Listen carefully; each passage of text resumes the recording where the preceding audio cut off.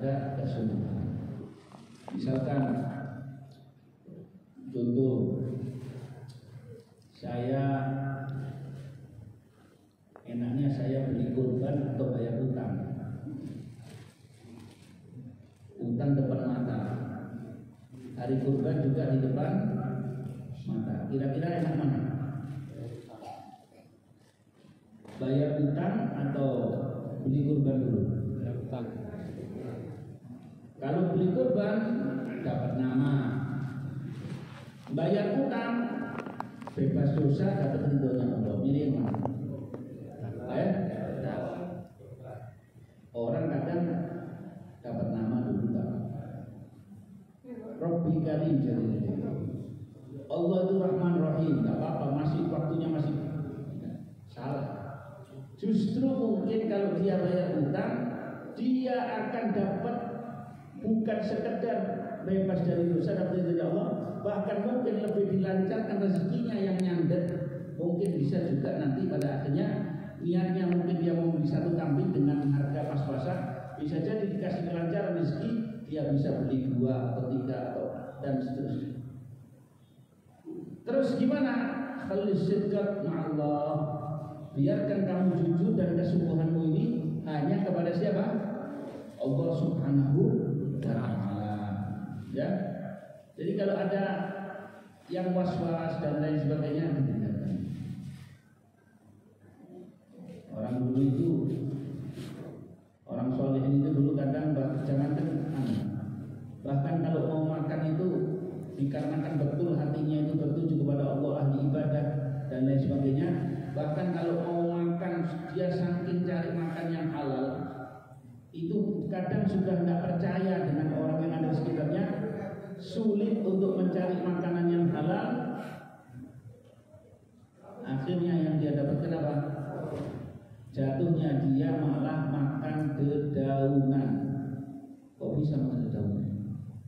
Al-Imam Sufyan Tsauri itu sampai makan dedaunan. Kenapa? Katanya dia gini, kalau saya korbankan diri saya dengan makanan syubhat atau yang nggak jelas, itu nanti berpengaruh pada sinyalnya doa. Bisa jadi doa yang biasanya gobul ini bisa jadi tidak gobul. Gara-gara apa? Gara-gara saya sembrono di dalam pemilihan atau tidak hati-hati di dalam bab makanan.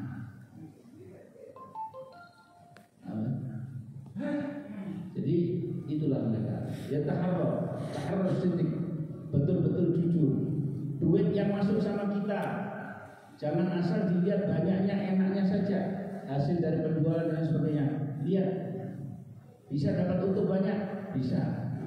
Tapi kira-kira kalau misalkan sudah dapat untung, tapi coba sekali-sekali kau kurangi itu untung, siapa tahu nanti bisa semakin menambah tajamnya doa di sisi Allah Subhanahu wa ta'ala.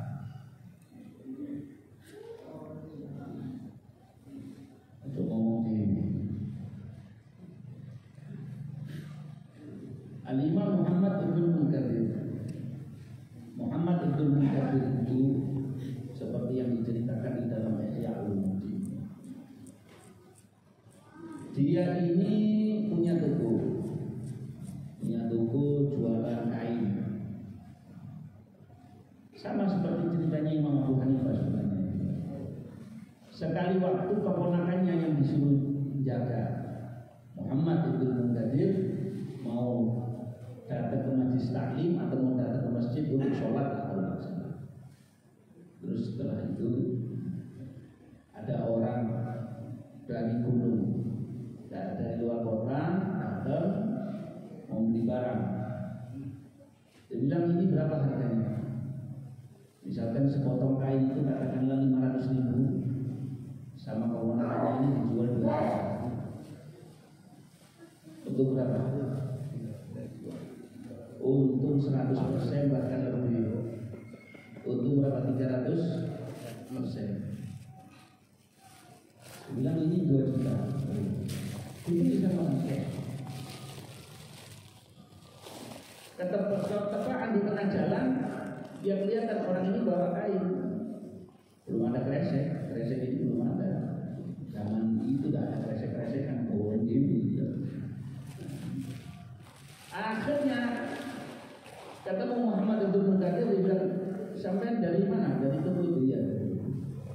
Beli apa? Beli kain ini. Mana coba bisa lihat ya? Dijual berapa sama anak itu? Oh ini dihargai 2 juta.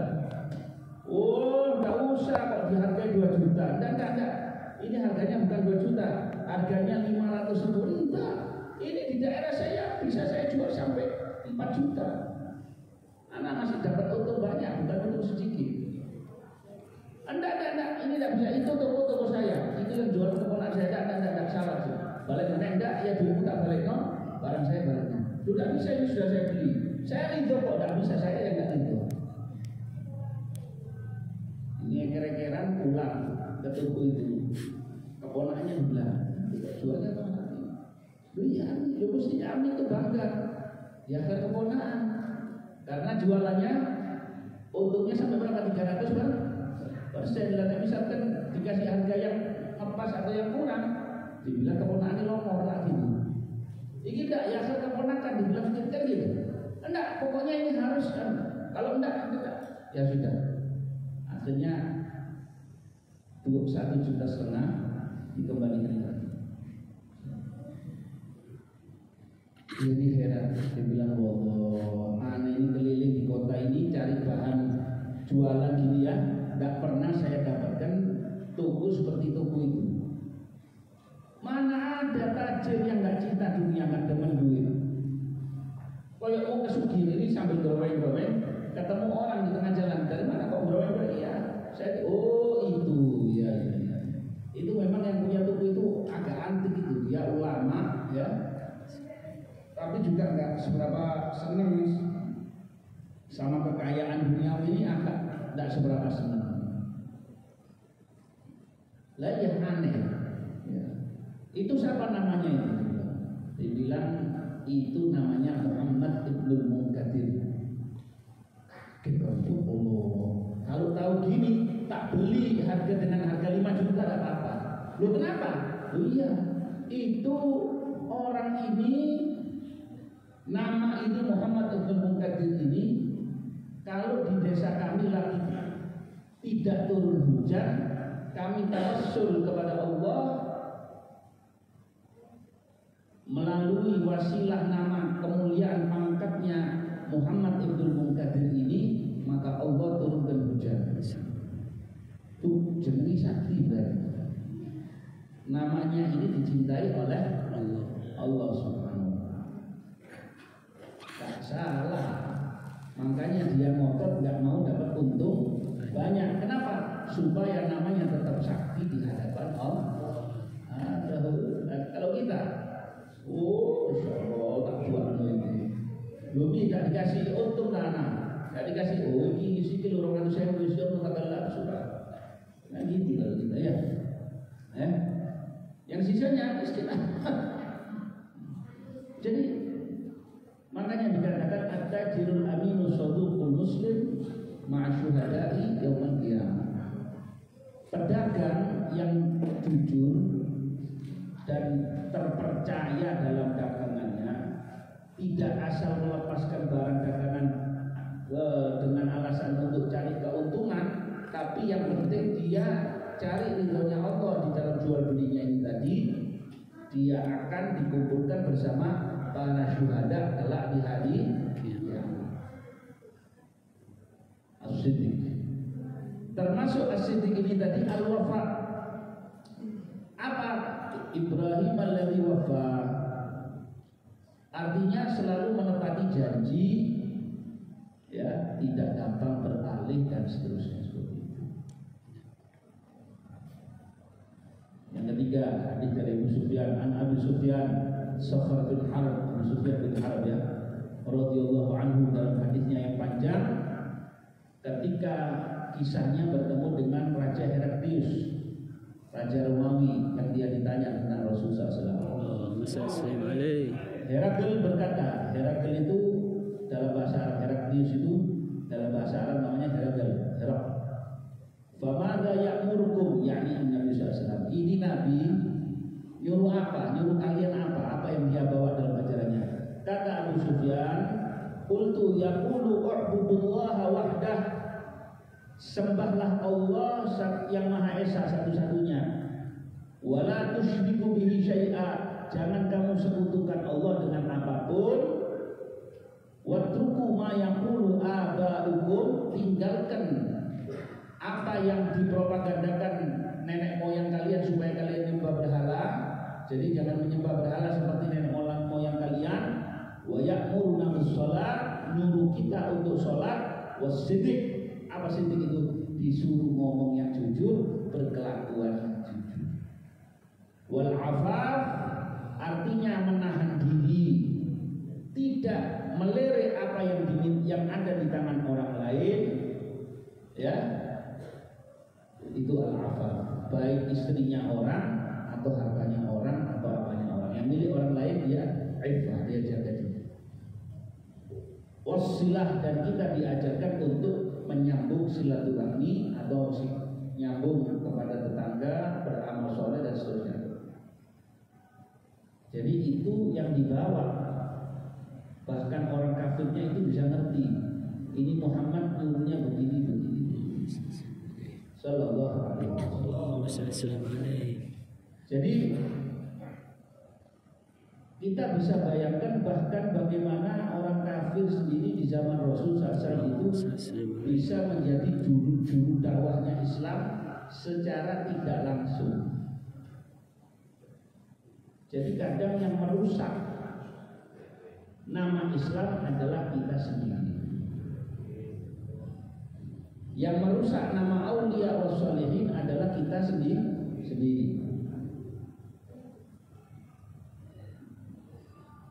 Kenapa? Karena kita salah menempatkan.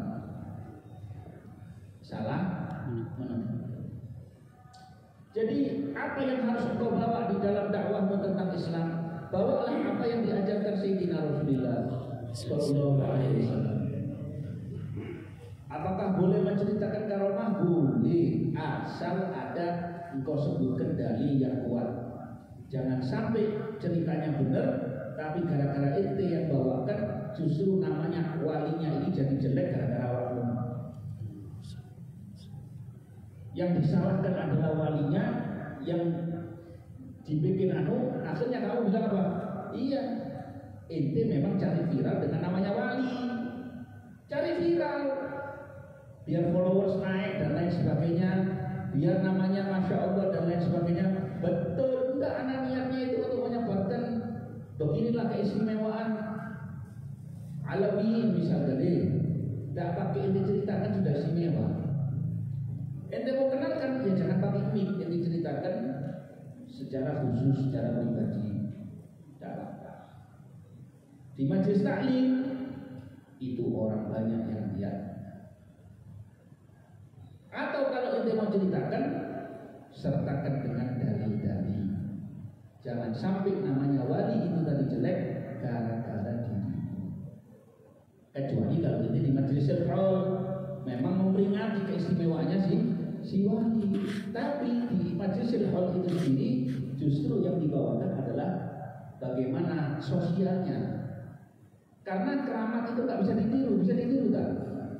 Saya cerita karomah Sayyidina Al-Faqih Muqaddam, saya cerita karomah Sayyidina Abdurrahman Siddiq, atau saya cerita karomah Al-Imam Abdullah Al-Aidrus, Sayyidina Abu Bakar Sakran, Sayyidina Wad Mahmudar, atau saya cerita karomah Syekh Muhammad bin Salim. Kita bisa niru? Lana wala ini. Oh ini bisa terbang, ini tidak bisa terbang. Terus apa? Lu tak supaya tahu keistimewaannya. Jangan diceritakan hasilnya. Sama seperti saya cerita gini, alhamdulillah saya sudah beli mobil, saya beli ini oleh motor, oleh tanah, oleh sembarang kali. Ya, bagus. Jangan cerita kekayaan ini, tapi ceritakan bagaimana tipsnya supaya orang jadi sugih. Berdina kok tak ceritani sang duit, gelem tak? Alhamdulillah saya tiap hari menghasilkan 5 miliar. Amin. Jadi kan gelem tak? Amin. Iya. Insyaallah tak perlu nyari, itu sudah banyak yang antri. Sampai amin tok dak ati istajib yo wis gagal wis. Saya hari ini alhamdulillah dapat 10 miliar, saya saya beli villa, saya beli rumah, saya beli ini, masya Allah. Lo terus antum tidur anak sakit terlalu banyak duit itu, masya Allah. Sampai tidurnya itu kasur tak ganti sama. Bukan pakai yang spring bed, apa spring bed atau tambahan? Apa? Ya ada spring bednya yang empuk sedikit, tapi di atasnya itu tak tumpuin duit. Subhanallah, kalau ketika tidur di bantal itu pakai duit, tenang itu pikiran. Sakit enak kabi, sore enak kabi, ya, asam mutui. Jadi berarti selama ini kita ini berwirid, kita ini hadir majelis, kita ini memang tujuan utamanya ya akhir Allah. Bila ngaji kayak ngaji kafe. Iya benar. Jangan diceritakan gitunya. Ente senang tak ceritani gitu, apa senang tak ajari caranya supaya dapat seperti ini? Enak mana? Diajari. Dulu pengalaman saya sama kayak sampean. Saya tidak punya duit, dulu saya kosongan begini. Tapi setelah usaha ini bukan sekedar usaha, saya tingkatkan profesionalitas, kejujuran. Yang penting itu nama dapat dipercaya.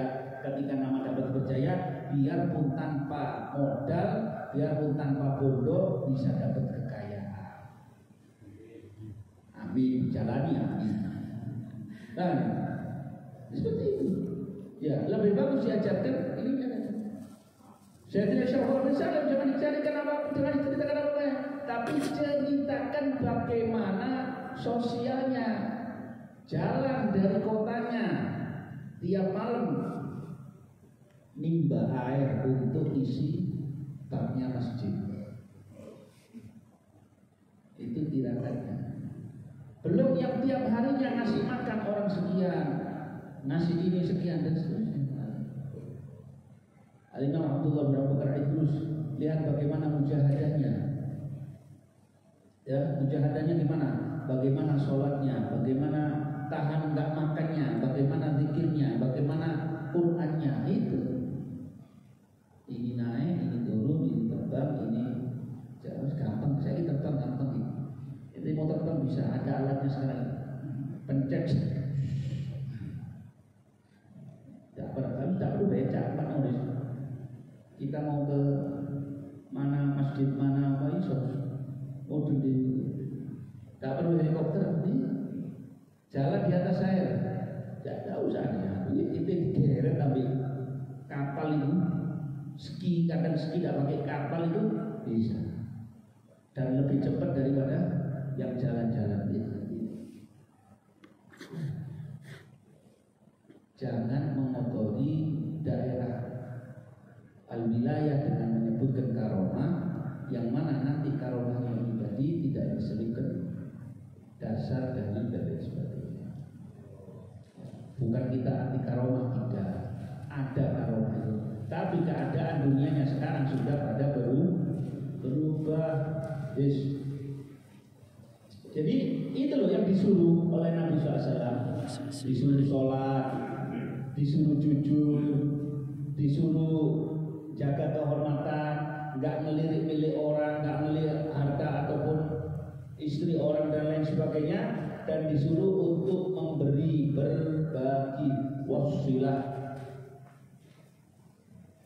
Ya, hadis yang keempat, an Abi Thabit Waqila Abi Sa'id an Waqila Abi Walid Sahal bin Hunayf ahli Badr wa Badriyun radhiyallahu anhu. Anna Nabiya sallallahu alaihi wasallam qala, Nabi sallallahu bersabda, man sa'ala Allah ta'ala asyhada bisidqin, siapa yang minta kepada Allah untuk mati syahid dengan penuh kejujuran, dengan penuh kesungguhan, ballaghahu Allahu manazil syuhada, Allah bakal tempatin dia di kedudukan orang yang syahid nanti di hari kiamat. Wa imma ta'ala firashih, meskipun dia mati di atas kasurnya, tidak pakai perang, tidak pakai apa, dikasih kedudukan sebagai mati syahid. Apalagi di akhir zaman seperti sekarang lebih berpeluang. Kenapa bisa lebih berpeluang? Bahkan kita bisa dikasih pahala 50 orang yang mati syahid dari kalangan sahabatnya Rasul Shallallahu Alaihi Wasallam. Dikarenakan apa? Dikarenakan kita berpegang teguh pada syariat. Sholat jaga, sungguh-sungguh jalan ke syariat dijaga. Diri kita, keluarga kita, anak kita semuanya diajarkan. Jangan nanti ketika dalam komunitas kita sholatnya bagus, majlisnya bagus, semuanya bagus, ketika sudah pengantin rusak semuanya, resepsi rusak semuanya. La sholat bulan, tidak ada sholat, tidak jaga auratnya keleleran. Sholat isu waktu akad diadakan secara Islami, malamnya sudah. Makanya ada satu artis Mesir itu bilang gini, ada nas di akhir zaman, ya, ya'ishun, awuz ya'ish kamal gharbi, wa fi akhir al-umur, awuz an yamut kamal sahabah. Orang zaman sekarang ini uripe gaya koyo wong barat, tapi waktu mati nek kepengin koyo sahabat, ya tak iso. Ya apa sih? Uripe koyo barat. Ya. Necis boleh mesti gaya hidupnya happy blok. Begitu mati, wis pokoke ada pengen usul khotimah ya, apa usul khotimah. Tapi derajatnya sahabat tidak iso. Tidak bisa. Bisanya apa? Ketika engkau menjaga, makanya dikatakan Islam itu tidak dilihat hanya sekedar di dalam areal ibadah kita yang manfaatnya pada pribadi saja, seperti sholat, puasa, zikir, ngaji dan sebagainya, tapi kita nyenangkan orang, nggak nyakitin orang, omong yang nggak nyakitin, perbuatan yang tidak menggolimi orang, itu aja.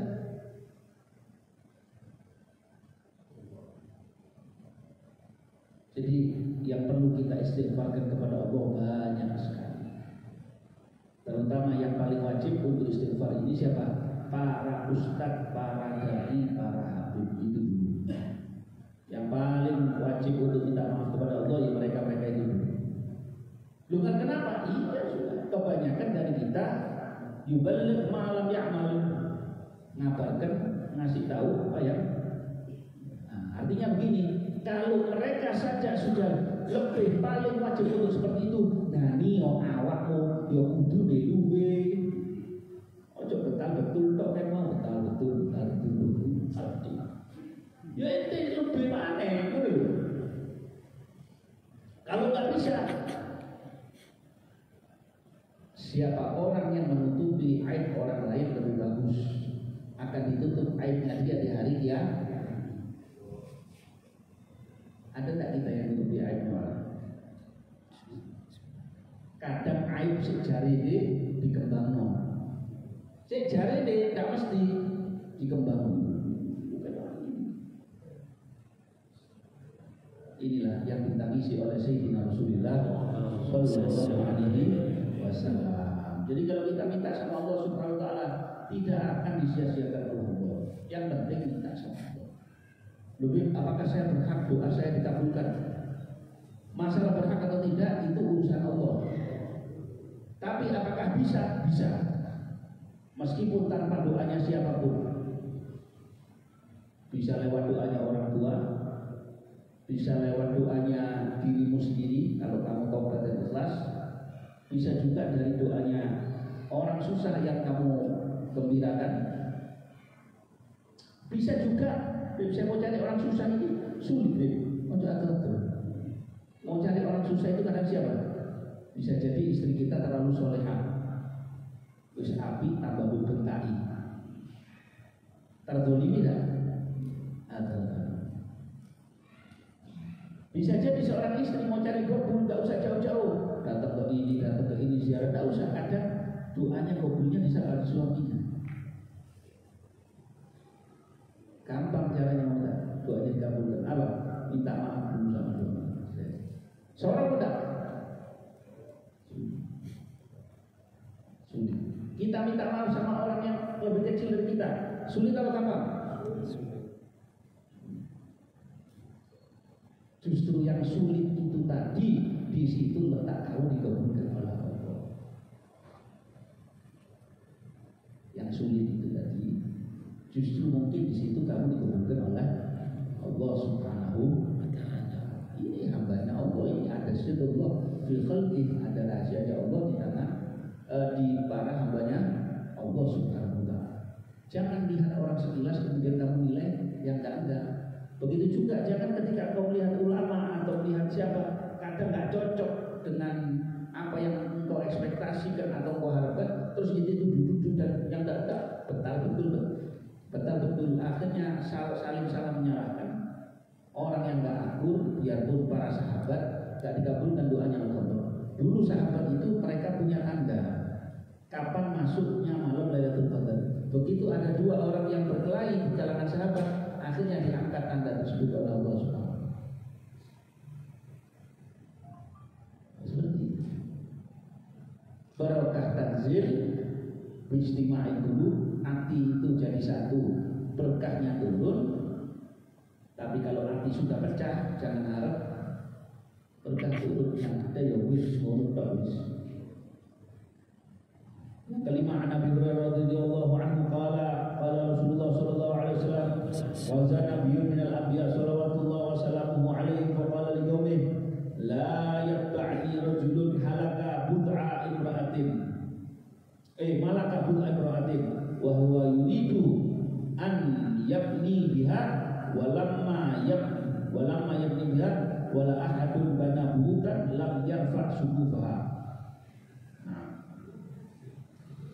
wala ahadun ishtara ghanaman aw khalifatin wa huwa yamtadilu auladaha fa ghaza fadana min al-qaryah min al-qaryati salat al-'asr aw qariban min dzalik fa qala li-syams innaki ma'muratun wa ana ma'mur Allahumma hafizha alaina fa hubisat hatta fataha Allahu alaihi fa jama'a al-ghanaim fa ja'at yani an-nar litakulaha ini Bani Israel ya falam tat'amha faqala inna fikum hululan falyubayyi'ni min kulli qabilatin rajulun fala zikat yadu rajulin biyadin faqala fikum al-hulul falyubayyi'ni qabilatuka falyubayyi'ni qabilatuka falaziqat yadu rajulaini aw thalathatin biyadihi faqala fikum al-ghulul faja'u bi ra'si mithl ra'si baqaratin min adh-dhahab fa wada'aha faja'at an-nar fa akalatha falam tahilla al-ghanaimu li ahadin qablana thumma ahallallahu lana al-ghanaim thumma ra'a dha'fana wa ajazna fa ahallaha lana. Jadi ini gini, Nabi cerita salah satu seorang nabi di Bani Israel itu pernah perang. Terus dia bilang kepada kaumnya, jangan ikut dalam pasukanku orang yang memiliki istri, sedangkan dia ingin terus bersamanya. Ya, kalau wong ngasih kepingin terus ya itu syariat dulu ya. Wa huwa yurid an yabni biha walam ma yabni biha, tapi dia janjinya dia akan meneruskan membangun rumah tangga itu, tapi nyatanya dia mau menggagalkan, jadi ujungnya dia pusing gitu, istrinya dibohongi, nah mau khianat. Dan jangan sampai ada orang itu sudah membangun beberapa rumah tapi belum dinaikkan atap-atapnya. Jadi ngurusi pembangunannya orang tapi belum sempurna, terus dia mau ikut perang, jangan. Dan jangan sampai ada orang beli kambing atau hewan-hewan ternak, sedangkan yang ditunggu olehnya adalah apa? Masih menunggu anak-anaknya hewan ternak tadi. Ya, nggak tahunya. Kenapa? Karena orang-orang demikian ini masih bisa berpotensi nanti bermanfaat bagi keluarganya.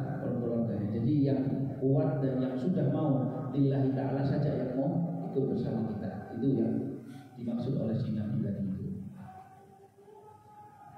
Akhirnya dia perang. ketika sudah mendekati satu desa itu masih sholat asar, takut akan terbenam matahari, terus dia bilang, wahai matahari, engkau disuruh Allah, aku pun juga disuruh untuk berangkat. Kemudian dia bilang, ya Allah, ya Rabb, tahanlah matahari. Akhirnya berangkat. Sampai dia dikasih kemenangan oleh Allah Subhanahu Wa Taala. Setelah itu harta perampasan perang itu dikumpulkan. Itu di syariat Bani Israel dikumpulkan. Nanti akan ada api dari langit yang menyambar habis semuanya. Ini sudah dikumpulin, api datang, tidak diambil haji. Ini pasti ada yang kita. Ayo coba masing-masing daripada kalian, ya, yang laki-laki coba ngambil satu di kabilah ini, dari tiap kabilah perwakilan satu-satu saling pegangan tangan. Jangan sampai lepas, nempel semua. Ditanya lagi. Apinya ini tadi setiap kali datang lagi tidak membakar. Terus, ayo coba sampai bisa. Akhirnya ada satu orang mengeluarkan emas kepala sapi, ya. Jadi patung emas bentuknya kepala sapi. Dapat khianat. Akhirnya ditaruh. Setelah ditaruh baru apinya datang, disambar semuanya, habis. Kecuali bagi umat Nabi Muhammad SAW, harta rampasan perang ini dihalalkan. Bagi umat dulu tidak boleh dihalalkan. Sudah dikumpulkan semuanya, dapat emas, dapat apa semuanya dikumpulkan, nanti ada api dulu disambar semua. Jadi bahkan ketidakjujuran itu juga bisa berakibat sangat fatal sekali. Tidak akan turun rahmat Allah Subhanahu wa Ta'ala. Jadi kalau itu tadi api tidak sampai makan harta rampasan perang tadi, berarti perangnya mereka dianggap tidak diridhoi oleh Allah Subhanahu wa Ta'ala, meskipun yang mimpin seorang nabi. Allah.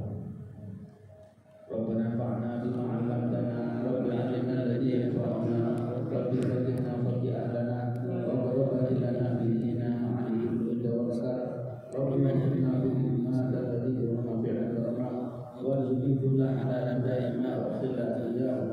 نهدى بالخير وكل شيء ربنا اصلح لنا كل شيء واخر يوم كالعيون واقض عنا كل ذنب قبل ان تاتينا رسولنا واغفر لنا اكرم من صدق وصلاه الله وشعب الشفاعه على حق الاعلى والفهم به من الشفاء وعلى اله الكرام بسرقه وارسل مسرور اللهم اهدنا بهداك واجعلنا من خير برك ولا تولنا ولينسلك ولا تجعلنا من خلق امرك واسق حسبنا الله ونعم الوكيل ولا حول ولا قوه الا بالله وسرنا Al-Fatihah dunia, Al-Fatihah ila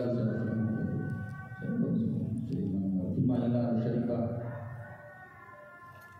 Musna binti Ahmad Syah, Cuma ila Ruhi Syarifah Syifa binti Ali bin Syah, Ababa Ni'mah binti Umar bin Syah, Ababa